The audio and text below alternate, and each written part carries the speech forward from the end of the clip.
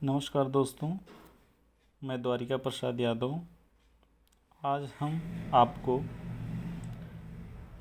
TET शीटेट super TET में आने वाले मैथमेटिक्स के पहले चैप्टर संख्या पद्धति यानी नंबर सिस्टम के बारे में चर्चा करेंगे। बहुत ही महत्वपूर्ण चैप्टर है, पहला चैप्टर है। इससे 2 से 3 क्वेश्चंस एग्ज़ाम में आने तय हैं। Number system. सबसे पहले हम संख्या के बारे में जानेंगे। संख्या क्या है, कितने प्रकार की संख्या होती हैं। नंबर 2 भागों में बांटा जाता है। एक रियल नंबर, सेकंड आपका है इमेजिनरी नंबर। रियल नंबर को हम वास्तविक संख्या बोलते हैं, इमेजिनरी नंबर को हम काल्पनिक संख्या बोलते हैं, जिसे हम आई से रिप्रेजेंट करते हैं। आई की जो वैल्यू होती है वो √-1 होती है।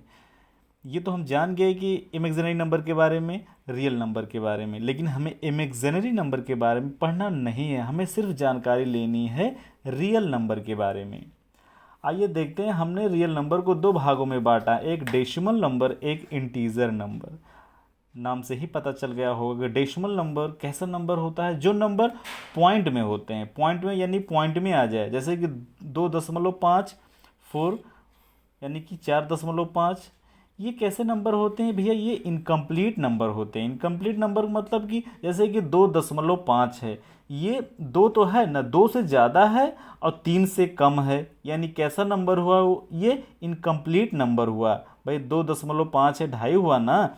2 से ज़्यादा तो है यानी 2.5 है, लेकिन 3 से कम भी है। भाई या तो 2 होता या तो 3 होता, तब हम कह पाते ये कंप्लीट नंबर है। ठीक है ना। और वही इंटीजर नंबर कैसे नंबर होते हैं? इंटीजर नंबर की हिंदी क्या होती है? पूर्णांक। पूर्णांक मतलब होता है जो कंप्लीट यानी पूर्ण अंक का हो, जो कंप्लीट नंबर हो। ठीक है। जैसे 1 क्या है? अपने में एक कंप्लीट नंबर है। 2 कैसा है? ये भी अपने में एक कंप्लीट नंबर है। जैसे हमने आपको 1 रुपया दे दिया तो भाई कंफर्म है ना, हमने आपको 1 रुपया दे दिया या 2 रुपया दे दिया या 4 या 5 रुपया दे दिया, लेकिन अब 2.5 रुपया देना है तो ये 2.5, ये कैसा नंबर हुआ? ना तो ये 2 में हुआ, ना तो ये 3 में हुआ, यानी ये कैसा नंबर हो गया? ये इनकम्प्लीट नंबर हो गया। ठीक है ना। यानी ऐसे नंबर को हम क्या कहते हैं? डेसिमल नंबर बोलते हैं। और these number are called to integer number, यानी कि 2.5, 4.5 यानी 6.1 यानी etcetera. This type of number is called to decimal number and also integer number like that 1, 2, 4, 5 यानी कंप्लीट नंबर को हम इंटीजर नंबर बोलते हैं। चलिए हम डेसिमल नंबर और इंटीजर नंबर के बारे में बारी बारी से जानकारी लेते हैं। आइए पहले हम इसके बारे में चर्चा करते हैं। डेसिमल नंबर यानी दशमलव संख्या। ये भी भैया 2 प्रकार के होते हैं। डेसिमल नंबर 2 प्रकार के होते हैं, एक रिपीटिंग नंबर होता है, एक नॉन रिपीटिंग नंबर होता है। आइए हम जानें कि रिपीटिंग नंबर ये कैसा नंबर है, नॉन रिपीटिंग नंबर ये कैसा। अच्छा, आपने बचपन से लेकर अभी तक आपने फ्रैक्शन पढ़ा होगा, भाग पढ़ा होगा कि ऐसे जब आप भाग दे देते होंगे तो कुछ नंबर भाग देने के बाद जो नंबर जो उसका वो भागफल आता है, कुछ नंबर के बाद वो होता है, वो नंबर रिपीट होने लगता है। जैसे हमने ये क्या लिखा है? 22/7 लिखा है। 22/7 यानी जब हमने 22 को 7 से भाग दिया तो आया इसका रिजल्ट 3.142857। ठीक ना। फिर उसके बाद से देखिए फिर वही नंबर 142857 यानी नंबर कैसा होगा? ये रिपीटिंग नंबर हो गया। ये नंबर के भाई ये वैल्यू रिपीट हुई कि नहीं हुई? हुई ना। यानी ऐसे नंबर यानी these number are called to repeating number. जो नंबर रिपीट नहीं होते हैं वो कैसे नंबर होते हैं? वो नॉन रिपीटिंग होते हैं। ठीक है ना। जैसे कि हम एक छोटा एग्जांपल लेते हैं। पाई की वैल्यू कैसे मतलब इसका रिजल्ट क्या है? 3.145 ऐसे डॉट डॉट डॉट डॉट, ये कहीं पर भी भैया रिपीट नहीं होने वाली है। ऐसे ऐसे ये चलता जाएगा। यानी कि ऐसे नंबर जो नंबर ना रिपीट होते हों उनको हम नॉन रिपीटिंग नंबर कहते हैं। ठीक है। अभी हम इसके बाद काफ़ी ये मेजर पॉइंट है जो अभी हम रेशनल और इरेशनल नंबर में इसके बारे में इसके जरिए और भी अच्छे से जानकारी हम आप लोगों को बताएंगे। बस बेसिक सा डिफरेंस है रेशनल इरेशनल नंबर, यानी कि कोई भी फ्रैक्शन कोई भी भिन्न हो, अगर उसको हम न्यूमरेटर को डिनोमिनेटर से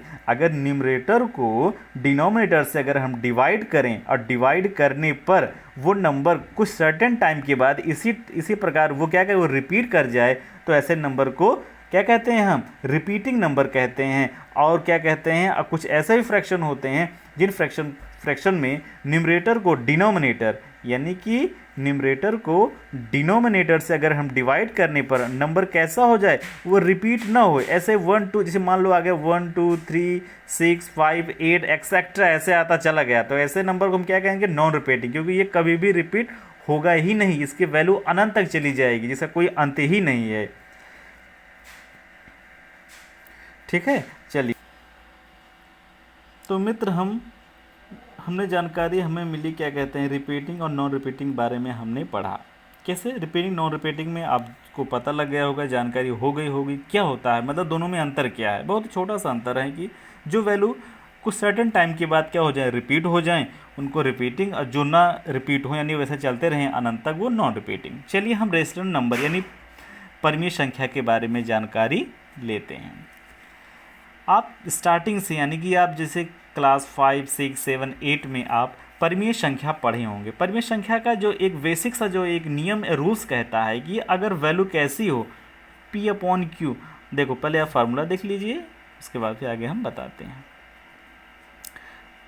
परिमेय संख्या की परिभाषा ये कहती है कि ऐसा फ्रैक्शन ऐसा नंबर जो P/Q के रूप में हो, कैसा हो जो P/Q के रूप में हो, ऐसे नंबर को हम रेशनल नंबर कहते हैं।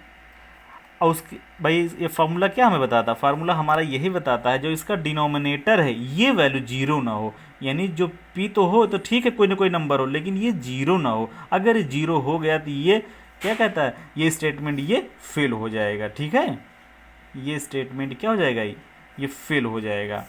चलिए अब हम जानकारी लेते हैं आगे। ठीक है, ज़ीरो कैसा नंबर है,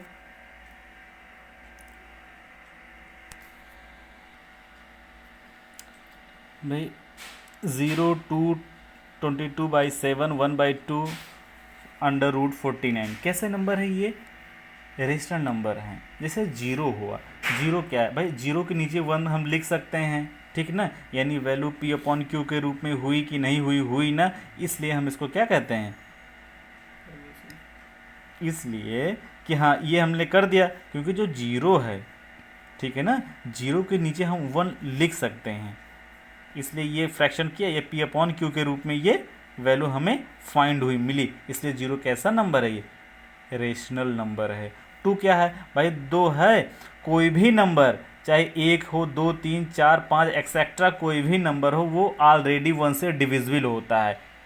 जब डिविजिबल 1 से होगा तो ये रूल आपका आप पर अप्लाई हो जाएगा, यानी इस पर 2/1 पर P/Q ये कैसा है भाई 2/Q ये P/Q के फॉर्म में दे रहा है रिजल्ट हमें, इसलिए कैसा नंबर हो है 2 भी हमारा हो गया ये रेशनल नंबर। और 22/7 अच्छा एक है जो 22/7 ये तो रेशनल नंबर तो है ही है। ये ऐसे भी फ्रैक्शन होने चाहिए जो कुछ सर्टेन टाइम के बाद वो रिपीट होने लगे, जैसे कि 22/7 की वैल्यू यही तो होती है 3.142857। अब फिर इसके बाद 1 4 2 ऐसे करके ये वैल्यू फिर रिपीट हो जाएगी ये, ठीक है ना, ऐसे भी नंबर को हम क्या कहते हैं रेशनल नंबर कहते हैं। ठीक है, 49 अब 49 √49 क्यों ये रेशनल नंबर है, क्योंकि ये 7 का क्या है ये स्क्वायर रूट है, क्योंकि ये √49 हमें क्या देता है 7 देता है, और 7 को हम लिख सकते हैं 7/1। ये वैल्यू किसके फॉर्म में P/Q के फॉर्म में, इसलिए ये कैसा नंबर हुआ ये रेशनल नंबर हुआ। √49 को हम क्या कह सकते हैं रेशनल नंबर। आइए इसी तरह हम रेशनल नंबर के बारे में भी चर्चा करते हैं। हम जानकारी ये लेते हैं ये मतलब इस पर डाउट क्लियर करते हैं कि इनफाइनाइट ये कैसे ये इरेशनल नंबर है।